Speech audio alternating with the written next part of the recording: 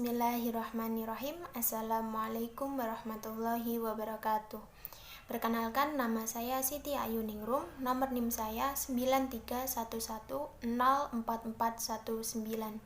Di sini saya akan mereview makalah dari kelompok 2 yang judulnya tentang pengertian hukum acara ekonomi syariah dan penyelesaian hukum ekonomi syariah. Baik, pembahasan yang pertama yaitu tentang pengertian hukum acara ekonomi syariah. Hukum acara ekonomi syariah adalah peraturan hukum yang mengatur bagaimana caranya menjamin ditaatinya hukum material ekonomi syariah dengan perantara badan peradilan atau disebut juga dengan hakim. Baik, untuk pembahasan selanjutnya yaitu tentang sebab-sebab terjadinya sengketa ekonomi syariah. Terjadinya sengketa ekonomi syariah ini pada umumnya adalah adanya penipuan, ingkar janji oleh pihak-pihak atau salah satu pihak yang tidak melakukan apa yang dijanjikan atau yang disepakati. Baik, pembahasan yang ketiga tentang landasan hukum dan prinsip ekonomi syariah.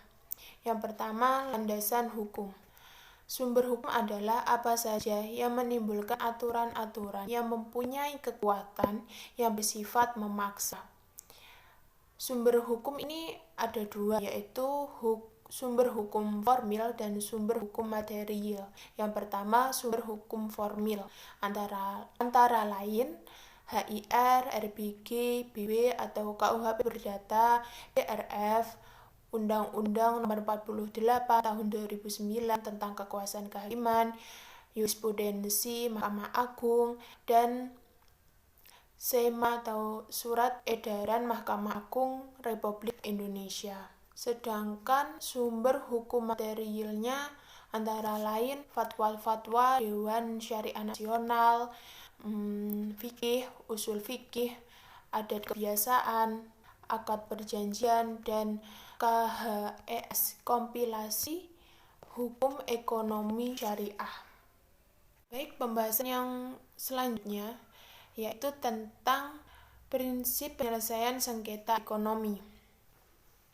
Penyelesaian sengketa ekonomi ini dapat dilakukan dengan dua cara, yaitu non-litigasi dan litigasi. Penyelesaian sengketa ekonomi dengan cara non-litigasi yaitu di mana penyelesaian sengketa ini dilakukan di luar pengadilan dengan cara melakukan musyawarah, mediasi perbankan, dan Basyarnas, yaitu Badan Arbitrase dan Syariah Nasional. Sedangkan penyelesaian sengketa ekonomi dengan litigasi yaitu penyelesaian sengketa yang dilakukan di peradilan. Penyelesaian sengketa ini berdasarkan pada Undang-Undang Nomor 48 Tahun 2009 tentang Kekuasaan Kehakiman.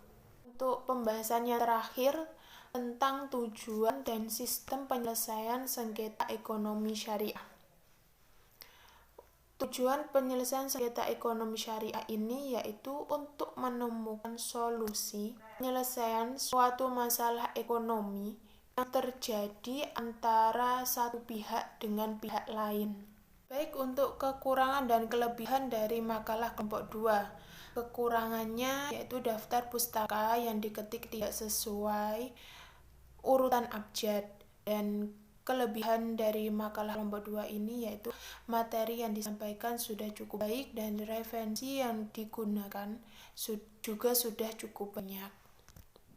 Sekian review dari saya, kurang lebihnya mohon maaf. Wassalamualaikum warahmatullahi wabarakatuh.